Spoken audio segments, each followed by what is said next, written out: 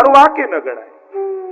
નક્કી કર્યું અને સર્કસનો ખેલ શરૂ થયો. એ ચક્રની પાસે પત્ની ગોઠવાઈ, આણે આંખે પાટા બાંધ્યા અને થયું કે આ ચપ્પુ એને મારું અને જ્યાં મારે ત્યાં બાજુમાં લાગી જાય.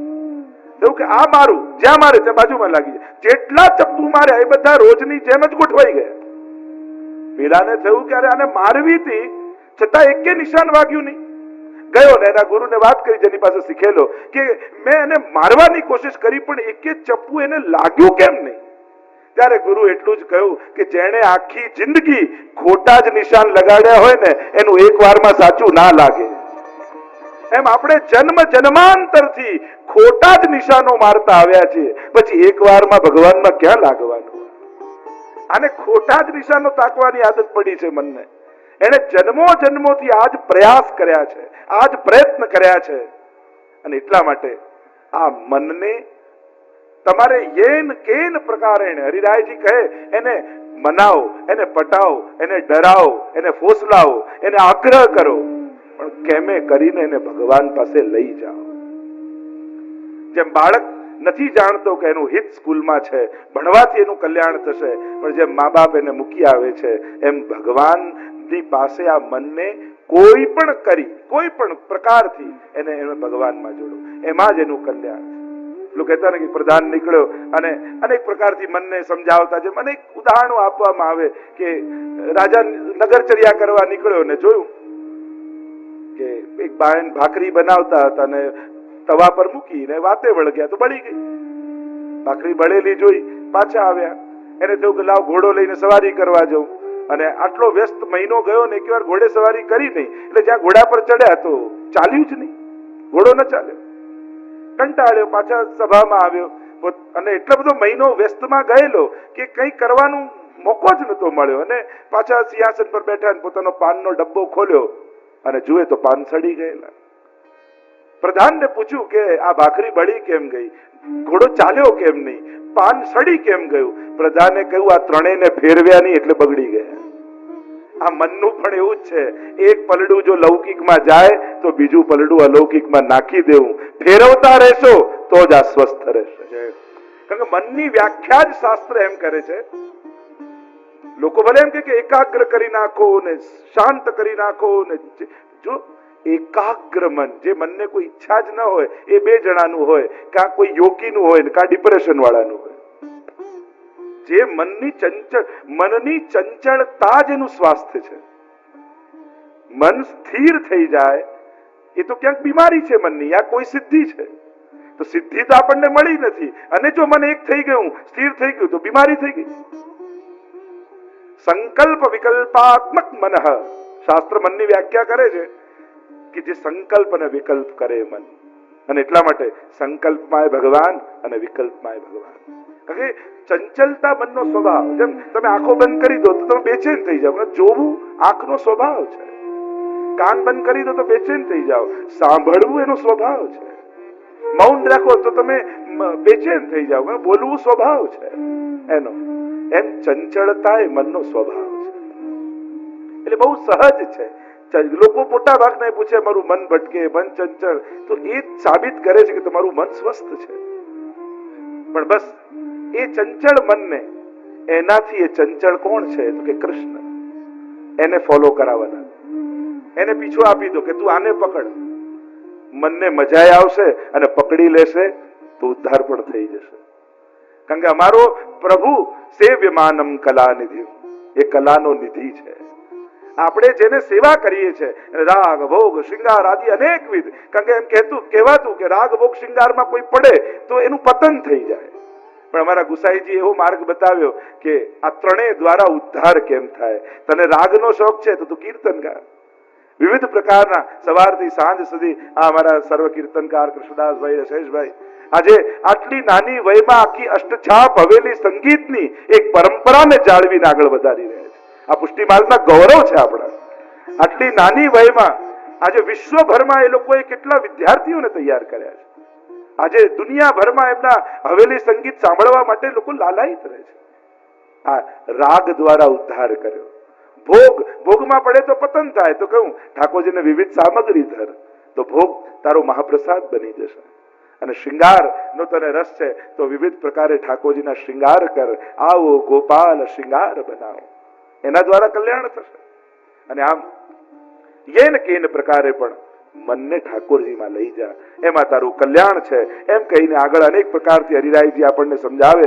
અને આગળ 6ઠ્ઠા શ્લોકમાં શ્રી હરિરાય મહાપ્રભુજી આપણને સુંદર રીતે આજ્ઞા કરતા કહે છે કે આ પુષ્ટિ માર્ગમાં સાધન શું, આ ભગવાન કયા સાધન દ્વારા આપણને મળશે એને સમજાવતા આ પત્રમાં શ્રી હરિરાયજી શ્લોક લખતા કહે, ભાવોત્ર સાધનમ માર્ગે પ્રમેયો ભગવાનૈ સ પ્રમાણમ કૃષ્ણ સેવાનો સૈવ ચ ફલમ પુનઃ. સંસ્કૃત સાહિત્યમાં 4 વસ્તુ બતાવવા અમે શાસ્ત્રોમાં: પ્રમાણ, પ્રમેય, સાધન અને ફલ. કોઈ વસ્તુની પ્રાપ્તિ માટે આ 4 સ્ટેપ કયા છે. સૌથી પહેલા પ્રમાણ. જેમ સીધી સાદી ભાષામાં તમને સમજાવું, બહુ શાસ્ત્રોક્તિ કદાચ અઘરું લાગે. જેમ કોઈ તરસ્યો માણસ જલ શોધે છે અને જંગલમાં જઈ રહ્યો છે, એટલામાં એક વ્યક્તિ મળ્યો ને એને પૂછ્યું કે પાણી આજુબાજુ છે? તો કે હું પીને આવ્યો છું, બસ અહીંયાથી જમણી બાજુ જઈશ તો તને મળશે. તો એ વ્યક્તિ પ્રમાણ છે એના માટે કે હા, આ પ્રમાણ રૂપે છે કે આ પીને આવ્યો છે, આને ખબર છે ક્યાં છે જલ. પ્રમેય એ તમારી તરસ છે કે મારે જલ જોઈએ છે, મને પ્યાસ લાગી છે. જો આ ભગવાનની સિદ્ધિ માટે, એટલે સૌથી પહેલા પ્રમેય, મારે ભગવાન મેળવવા છે. આ તમારો વિરહ, આ તમારો તાપ, એ તમારો પ્રમેય કહેવાય. કોઈ ભગવદીય જન, કોઈ ગુરુજન કે આ રીતે આ સાધના, આ ભક્તિ કરીશ તો આ રસ્તે જઈશ તો તને ભગવાન મળશે. કોઈ શાસ્ત્ર, પ્રમાણ. પ્રમાણ, પ્રમેય, સાધન. એટલે માણસ એ દિશામાં આગળ વધવા લાગે, ભક્ત એ દિશામાં આગળ વધવા લાગે, બતાવેલા પ્રમાણે બતાવેલા સાધનો કરવા લાગે, એનું સાધન. એનું ચાલવું, એ તરફ જવું, એનું સાધન. અને જ્યાં ચાલતો ચાલતો ગયો ને એને જલ મળ્યું.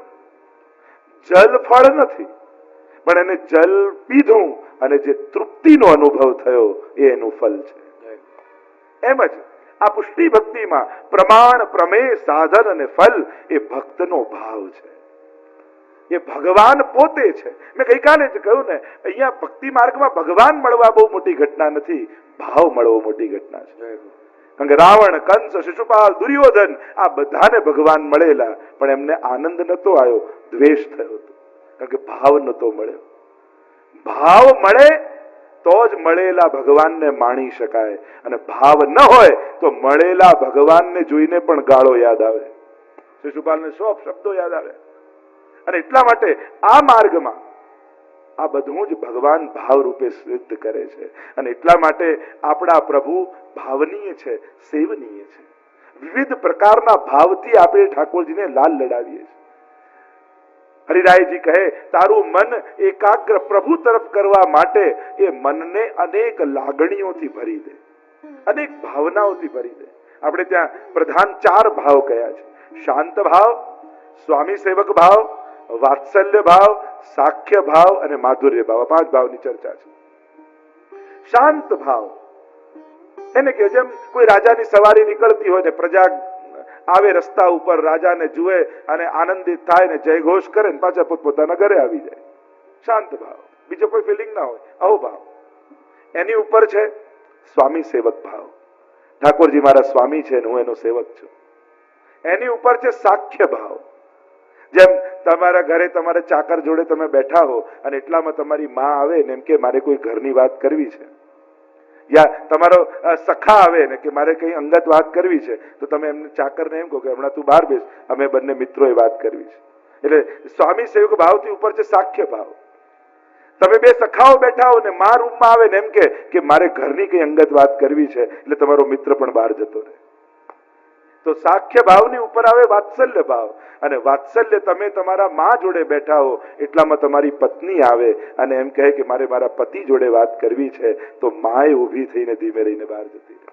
એટલે સર્વોચ્ચ ભાવ માધુર્ય ભાવ. કારણ કે માધુર્ય ભાવની અંદર પાછા બધા ભાવ સંમિલિત છે.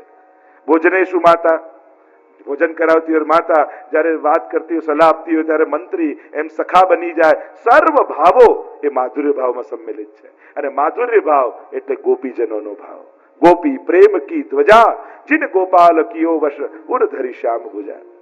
તો આમ વિવિધ ભાવનાઓથી સર્વદા સર્વ ભાવેન ભજનીયો વ્રજાધિપ, સર્વ ભાવેને ભજવા એમ શ્રી હરિરાય મહાપ્રભુજી આજ્ઞા કરતા 7મા શ્લોકમાં આપણને આગળ ઉપદેશ આપતા કહે, તસ્માત્ સૈવં સંરક્ષ્ય નિધિરૂપસ્તુ સર્વથા એતદ્વિરુદ્ધં તત્સર્વં જ્ઞાત્વા જ્ઞાત્વા નિવર્તયે.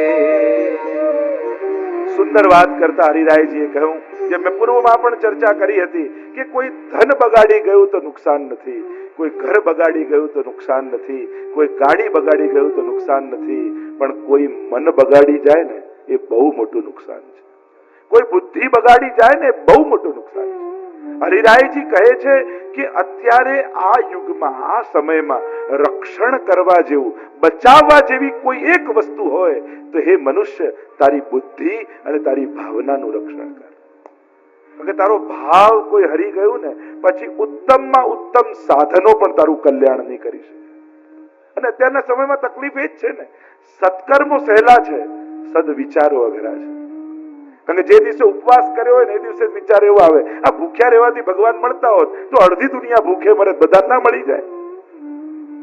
એમ જ થાય ને, મૂળ મુડાય હરી મિલે તો હર કોઈ લે મુડાય. આ યજ્ઞ કરતા હોય ત્યારે એમ થાય કે આ યજ્ઞમાં ધુમાડા ખાવા કરતા ઘરે માળા ફેરવવી સારી.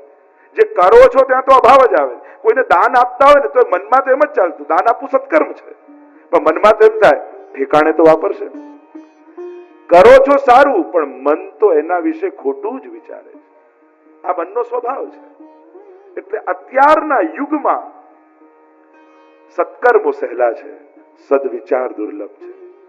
અને એમ પણ જ્યારે સમાજનું સામર્થ્ય ખૂબ વધી જાય ને ત્યારે સમાજને વિવેકની વધારે જરૂર પડે. અત્યારે સમાજનું સામર્થ્ય બહુ વધી રહ્યું છે. તમે ઈચ્છો એ પાપ કરી શકો એવા સામર્થ્ય વાળા તમે બધા છો, હે ને? આપણે ઈચ્છે પાપ કરી શકીએ એવું સામર્થ્ય ભગવાને આપણને આપ્યું છે. તો હવે બચીશું શેનાથી? આપણે જીવનમાં એ બધું જ ગોઠવી લીધું છે જેનાથી આપણું પતન થઈ શકે છે. બધું જ આપણી પાસે છે. આપણે આપણું પતન કરવા માટે તૈયાર છીએ, કેપેબલ છીએ, સમર્થ છીએ, બધી જ વ્યવસ્થા કરી લીધી છે. હવે બચીશું શેનાથી? વિવેકથી. અને વિવેક કોને કહેવાય? આ પૈસાથી હું આવા પાપ કરી શકું એવો વિચાર મનમાં આવે, પણ તમે તમારા મનને મારી એ પૈસા લઈ કોઈ ભૂખ્યાને ભોજન કરાવી આવ્યા, આ તમારો વિવેક છે. આ વિવેક છે. પૈસા એ તમને બધા જ વિચાર આપે છે. જો જ્યારે અનુકૂળતાઓ થવા લાગે ને ત્યારે પાપ તરફ મન સહજ જતું જ રહે.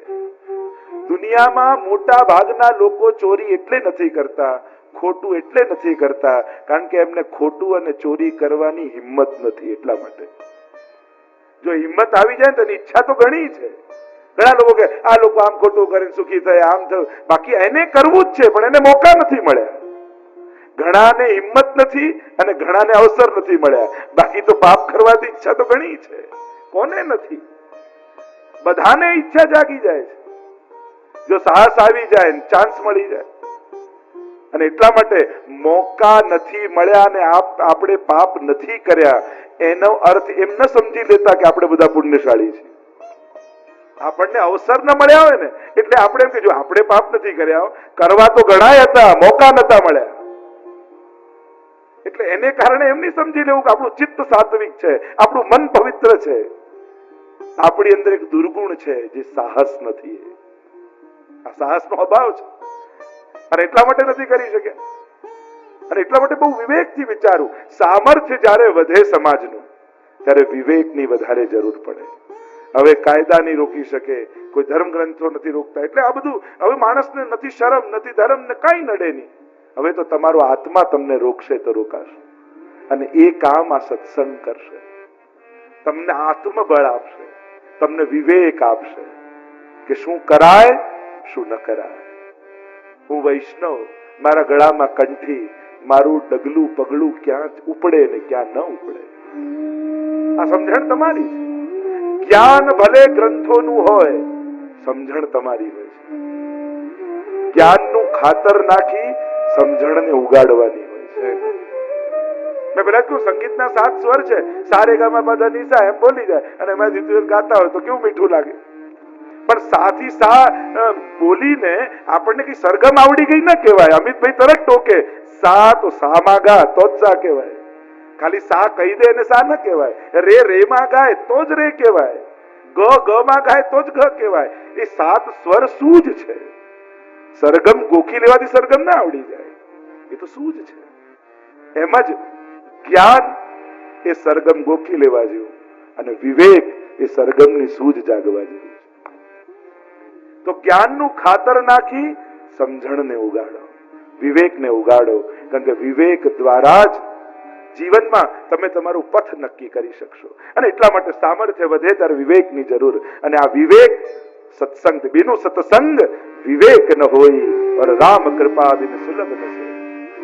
बिनु सत्संग विवेक न होई, बिनु सत्संग